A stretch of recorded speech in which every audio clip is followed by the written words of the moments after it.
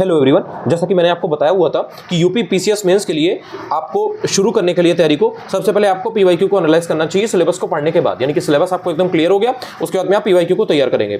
2018 से जब से जीएस का पेपर सब्जेक्टिव होना शुरू हुआ था तो 2023 तक, यानी कि जो 6 साल का रिकॉर्ड आपके पास है 2018 से 2023 तक का, इसके पीवाईक्यू को आप सॉल्व करेंगे। इसके थ्रू आपको बहुत सारी चीजें पता लगती है जो कि एक्चुअल में आपकी एग्जाम ओरिएंटेड प्रिपरेशन करवाती हैं। जो चीजें आपको आयोग खुद समझा रहा है वो चीजें आप समझ पाते हो। तो इसके लिए कौन सा पीवाईक्यू लिया जाए, शुरू कहां से किया जाए, सबसे बेसिक सोर्स आपके पास क्या हो, तो ये लगातार क्वेश्चन आपका आ रहा था, तो मैंने कहा था ओके आपको बता दूंगा। सो वो आज आपको बता देता हूं। देखिए, इसके लिए आप यूथ वाला जो आता है उसको आप लेकर के उससे प्रैक्टिस कर सकते हैं। मैं आपको दिखा भी देता हूं।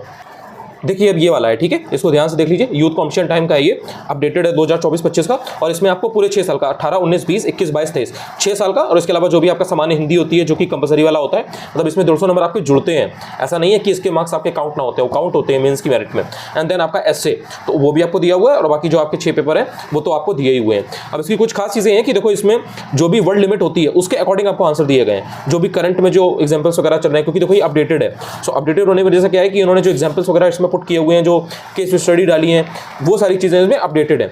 दूसरी चीज़ ये है कि लैंग्वेज बहुत ईजी है, तो सिंपल लैंग्वेज में आपको बहुत आसानी से चीज़ों को समझ पाते हो, और बहुत ही लॉजिकल आंसर दिए हैं, ऑथेंटिक आंसर दिए हैं। ऐसा नहीं है कि कोई भी चीज़ कुछ भी बता दी गई हो, जो भी आपको फैक्ट्स वगैरह दिए गए तो वो सही है। बाकी एक दो गलतियाँ छोटा मोटा हर जगह होती है, हर किताब में होती है, प्रिंटिंग मिस्टेक वगैरह हो जाती है हल्की फुल्की मात्रा की, तो दैट इज मैनेजेबल, उतना आपको समझ में भी आ जाता है। जैसे आम को अम लिखा हुआ है तो उतना तो मतलब आप समझ ही जाओगे कि यार वो प्रिंटिंग मिस्टेक हो गई है, उसमें आ की मात्रा नहीं लगी है। और जो भी इसमें चीज़ें, जैसा भी क्वेश्चन होता है ना, उसके अकॉर्डिंग डिमांड को फुलफिल किया गया है, और प्रॉपर डायग्राम वगैरह के साथ में चीज़ों को समझाया गया है जहाँ तक भी पॉसिबल हो सकता है। अब इसके अलावा मार्केट में और भी आते हैं, ऐसा नहीं है कि आप यही लो। आपके पास अगर मार्केट में जो और भी आते हैं, एक दो, बहुत ज़्यादा तो नहीं आ रहे हैं लेकिन एक दो ही और आ रहे हैं, तो आप उनके भी ले सकते हो। उसमें भी आपको 2018 से 2023 तक का मिल जाता है, उसमें भी आपको हिंदी और ऐसे मिलते हैं। बस फर्क ये होता है कि किसी की लैंग्वेज आपको सूट करती है, किसी की लैंग्वेज आपको सूट नहीं करती है।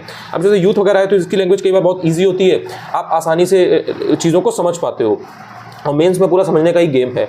वही दूसरा कोई कर पब्लिकेशन है, अगर आपको उसका बेटर वे में समझ में आता है तो आप उससे कर लो, कोई अंतर नहीं है। मेन बस अंतर आपको ये समझना है कि आपको जो क्वेश्चंस दिए गए हैं ना, उनको बेटर वे में अंडरस्टैंड करना है। अब बाकी आपके ऊपर है, आप चाहे कहीं से भी करो। ये मैंने आपको एक सिंपल सा सोर्स बता दिया, सो दैट आपको इजीली मार्केट में भी मिल जाएगा, ऑनलाइन भी मिल जाएगा, और हो सकता है काफ़ी लोगों के पास हो ऑनलाइन वगैरह होगा तो आप उससे भी पढ़ सकते हो। अब एक बार मैं आपको अंदर भी इसका दिखा देता हूँ कि किस तरीके से इसमें चीज़ें दी हुई हैं, सो दैट आप एक बेटर वे में अंडरस्टैंड कर पाओ चीज़ों को। देखो, अब जैसे ये है तो इसमें आपको यहाँ पर पूरा सिलेबस वगैरह दिया गया है, हिंदी में किस तरीके से ऐसे आता है, कितने वर्ड लिमिट में लिखना होता है, उसके अलावा आपका क्या क्या चीज़ें आती हैं ऐसे के अंदर, मतलब कौन कौन से मेजर टॉपिक हैं, जैसे साहित्य संस्कृति है, सामाजिक क्षेत्र है, राजनीतिक क्षेत्र है। खंड खा की बात करोगे तो उसमें साइंस एंड टेक्नोलॉजी आता है, साइंस है, इकोनॉमिक क्षेत्र है। खंड गा की बात करोगे तो उसमें नेशनल एंड इंटरनेशनल इशूज़ हैं, नेचुरल डिजास्टर वगैरह है, क्लाइमेट चेंज वगैरह जो भी होता है। एंड देन उसके अलावा नेशनल डेवलपमेंट स्कीम और जो प्रोजेक्ट वगैरह होते हैं वो सब आपके सामने है। हिंदी में अगर आप देखोगे तो आपको उपसर्ग प्रत्यय वगैरह हो गया, वाक्यांश लिए शब्द हो गए, विलोम शब्द हो गए, वर्तनी एवं वाक् शुद्धि है, ये सब देखने को मिलता है। मुहावरे लोकोक्ति वगैरह समान हिंदी में आपको देखने को मिलते हैं। तो ये यूपी पीसीएस मेंस में भी आता है, यही सेम चीज़ आपकी आरओ में भी आती है, मतलब मुहावरे लोकोक्ति वगैरह आरओ मेंस में भी आता है। अब इसके अलावा जो भी आपके पेपर हैं जीएस के, समान अध्ययन 1 है, समान अध्ययन 2 है, या फिर आपका जो समान अध्ययन 3 है, 4 है, ये सब आपको बहुत ही विस्तृत वे में जो भी एकदम डिटेल्ड आपका सिलेबस है वो आपको यहीं कहीं दिया हुआ है। अब इससे क्या है कि आप बेटर वे में यहीं से चीज़ों को समझ लेते हो कि कौन कौन से पॉइंटर्स आपके दिए गए हैं। यहाँ सब आप देख रहे होगे पॉइंट्स की फॉर्म में एकदम नंबर पड़ा हुआ है, और उसकी फॉर्म में आपको सारी चीज़ें बताई गई हैं कि भैया ये टॉपिक इस पेपर में है। ये पूरा यूपी का जो 5वां छठा पेपर ऐड हुआ था ना, तो ये 5वां वाला पेपर है, ये छठा पेपर है, तो उसके अकॉर्डिंग हम सारी चीज़ें पॉइंटर्स देख पा रहे हो। अब उसके बाद में इन्होंने पूरा यहाँ पर सॉल्व दिया हुआ है, 2018 का पूरा समान हिंदी का सॉल्व करा दिया है। आप देख सकते हो लेटर वगैरह जो भी है, जो भी बेसिक जो उपसर्ग प्रत्यय वगैरह और जो चीज़ें होती है ना, वो सब आपको यहाँ पर दी गई हैं।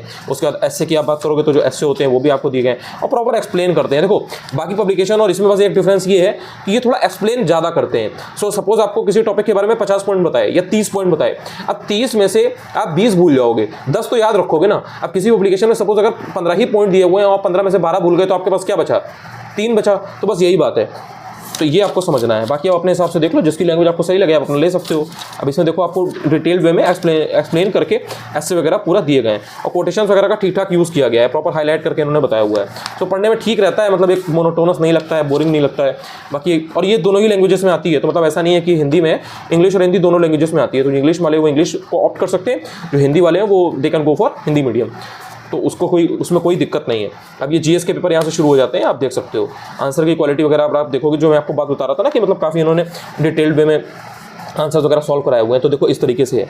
अब इन्होंने यहाँ पर ये इंट्रोडक्शन दिया, देन इसकी यहाँ पर ये बॉडी वगैरह है, देन उसके बाद में यहाँ पर इन्होंने कंक्लूजन के तौर पे यहाँ पर देखो निष्कर्ष लिख भी दिया है, सो दैट अगर कोई बिगनर बच्चा है, अभी वो हाल में शुरू करा है मेंस की प्रिपरेशन, तो जब वो PYQ को एनालाइज करेगा तो वो समझ पाएगा कि ओके ठीक है, बाद में इस तरह से वे फॉरवर्ड वगैरह या कंक्लूजन वगैरह निष्कर्ष वगैरह दे देते हैं, एंड में अपनी बात को समराइज कर देते हैं, सम अप कर देते हैं। बुद्धिस्ट वगैरह के ऊपर क्वेश्चन था, महात्मा गांधी जी के ऊपर क्वेश्चन था, तो इसमें भी आपको निष्कर्ष वगैरह के तौर पे पूरा समझाया हुआ है। तो इस तरह से आप बेटर वे में समझ पाते हो कि अच्छा ठीक है, आंसर का एक क्या बॉडी हो सकती है, क्या स्ट्रक्चर हो सकता है, मेन पॉइंट्स उसमें क्या होते हैं।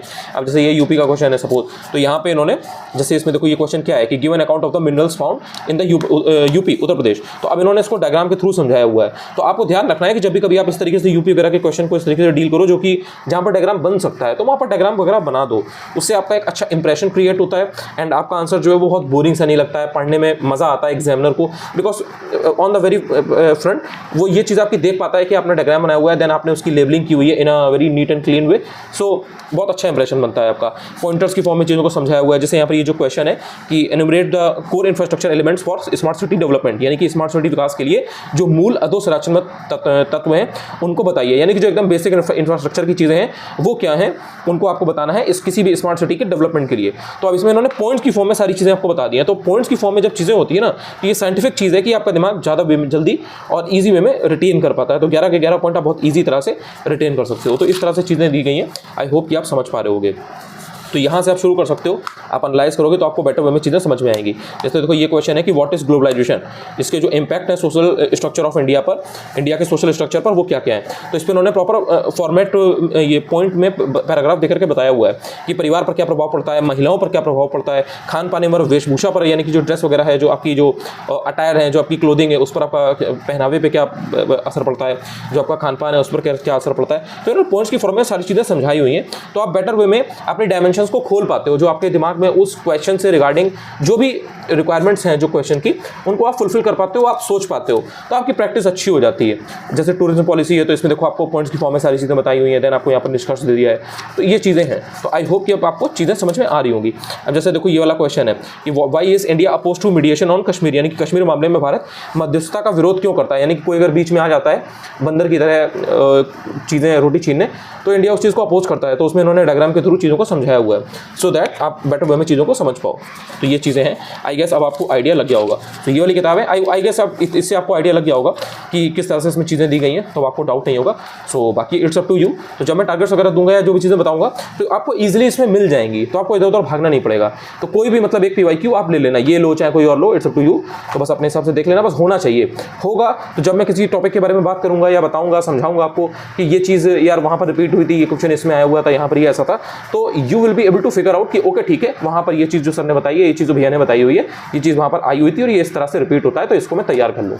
आई होप कि मैं आपके इस डाउट को क्लियर कर पाया हूँ। तो इसको जितनी जल्दी हो सके तो उसको ले लेना, तो आपको हेल्प मिलेगी। बाकी चीज़ें बहुत जल्द शुरू करता हूँ, और भी नेक्स्ट वीडियो में आपको किताबें दिखाने वाला हूँ, तो उनको देख लीजिएगा। उसके थ्रू आप और ज़्यादा गियर अप कर सकते हैं अपनी चीज़ों को। पहली बार अगर मेरा यूट्यूब पर आप देख रहे हैं, तो आप चाहें तो चैनल को सब्सक्राइब भी कर सकते हैं, अच्छा लगेगा मुझे। दूसरी चीज़ कि आप टेलीग्राम जरूर ज्वाइन कर लीजिएगा, वहाँ पर मैं बहुत सारी चीज़ें डालने वाला हूँ। अनुज चतुर्वेदी UPPSC टेलीग्राम चैनल है। Thank you so much.